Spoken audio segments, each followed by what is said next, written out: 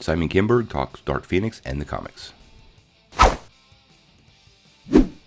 Hey guys, before you get started, make sure you click that subscribe button, and if you don't ring that bell, you won't get any updates. Hey guys, got a little update from Simon Kinberg himself, where he explains why they didn't go by the comics a little closer. You know, when this all started, he said that Dark Phoenix is supposed to make up for how Xmen The Last Stand dropped the ball on the Dark Phoenix Saga. So we all have to ask ourselves, where's Lilandra? Where's the Shi'ar Empire? Where's the Hellfire Club? Well, during an interview with Digital Spy, he explained some of this, and this is what he had to say. I think if we had 4 hours to tell the story, I would have included the Hellfire Club, I might have included Lilandra. But because it's so focused on Jean, and I wanted to tell a character story a little differently than we had in the past in the Xmen movies.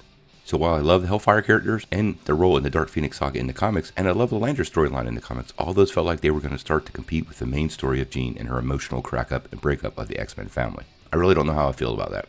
I guess it's totally understandable, but if you're going to tell the fans that you're making up for Xmen The Last Stand, they should have just made it 2 movies. Looking at how well Infinity War and Endgames did, it worked out pretty well for them. It also doesn't really explain some other decisions. Primarily the one where Jessica Chastain is now playing some sort of generic alien instead of Lilandra. It's like they balked at the whole thing. It's hard to tell.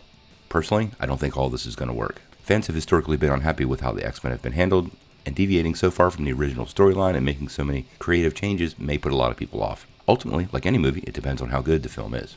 If the film's great, I'm sure people won't really mind, but if it leaves something to be desired, these are going to be things that people focus on in the future. What do you guys think? How disappointed were you that Lilandra and Hellfire Club and the Shi'ar are not in this movie? To me, it was the first sign that there was going to be a couple of problems.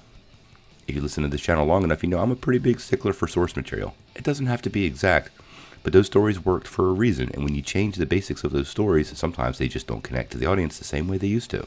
We'll have to wait and see how good the movie is. I'll be seeing it. Tell me what you think in the comments below.